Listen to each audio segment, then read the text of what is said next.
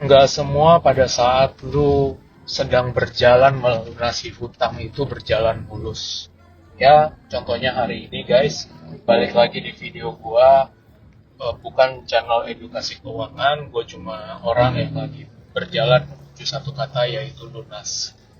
Jadi terus terang hari ini gua benar-benar kecewa lah, atau mungkin gua bisa bilang gua agak sedikit down gitu kan, karena ternyata di video gue sebelumnya juga gue sempat update juga mengenai status negosiasi gue sama pihak perbankan.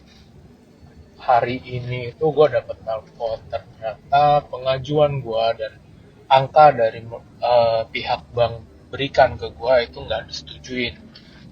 Alasannya membingungkan buat gue gitu, karena gue juga bilang kan, loh angka dari awal gue dikasih angka dari 75 ke 52 itu kan bukan angka yang gue minta gitu loh, tapi gue udah ngikutin angka dari pihak bank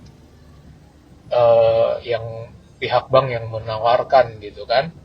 Tapi mereka bilang hari ini itu gue nggak bisa disetujuin gitu, alasannya karena menurut mereka catatan slik gua atau catatan record pembayaran gua ke tagihan gua bank yang lain itu lancar semua. Nah, terus gue bilang sama mereka dong, gue bilang, ya status gue lancar kan karena beberapa bulan ini gue negosiasi untuk restruct ataupun negosiasi satu kali pelunasan gitu kan, bukan karena gue punya kemampuan untuk membayar gitu dengan kondisi hutang gue yang banyak ini. Toh kalau misalnya di summary collection gue itu kan call 5 gitu kan, tapi ya tetap dari pihak bank kekeh, mereka bilang ya keputusan dari pusatnya yang di negara lain itu bilang kalau misalnya status gue ini masih lancar dan gak ada alasan buat mereka untuk berikan keringanan negosiasi seperti yang gue minta gitu kan. Nah, singkat cerita ya kita berdebat di situ, tapi ujung-ujungnya nggak ada titik terang gitu kan. Ya udah, akhirnya gue harus ngalah, gue terima konsekuensinya. Gue bilang sama mereka, ya udah gue terima angka yang lu mau itu di 63.700.000, which is 13 juta selisihnya, dan itu lumayan signifikan gitu buat gue. Nah, tapi gue bilang, tapi kondisinya saat ini gue nggak bisa melakukan pembayaran angka yang dia minta itu dalam satu kali bayar karena gue belum ada budgetnya gitu kan. Jadi gue bilang, gue bisa nggak minta pembayaran ini dicicil menjadi 6 kali, tapi gue nggak mau ada ekstra bunga atau apapun biaya-biaya lainnya itulah. Jadi gue minta benar-benar dari 63 ini langsung dibagi 6 berapa, bisa nggak.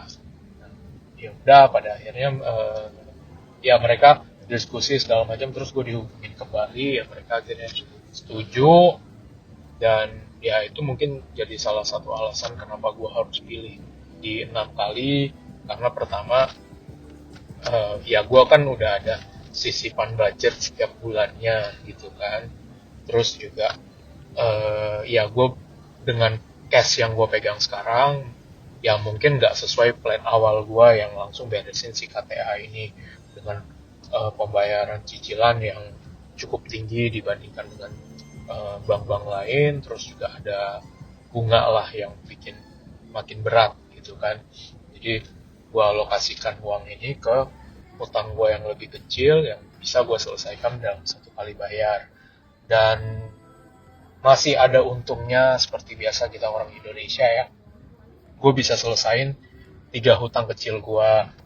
Jadinya gue punya budget alokasi tambahan extra cash flow untuk pembayaran hutang yang lain gitu.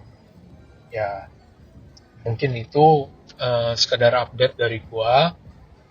Gue nggak tahu kalau misalnya teman-teman di sini mungkin bisa share juga, misalnya di posisi yang sama kayak gue, lo lebih milih tetap kekeh dengan angka yang lo minta negosiasi sama bank, atau ya udah lo ikutin dengan kemampuan bayar lo seperti apa dan nggak menunda pembayaran itu.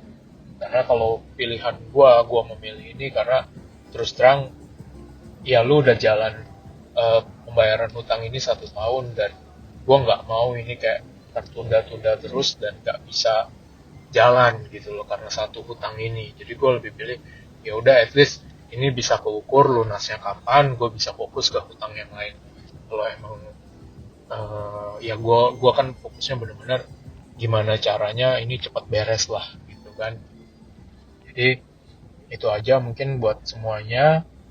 Semoga video ini bisa jadi pelajaran buat kita semua. Semoga bermanfaat juga. Thank you semuanya. Bye bye.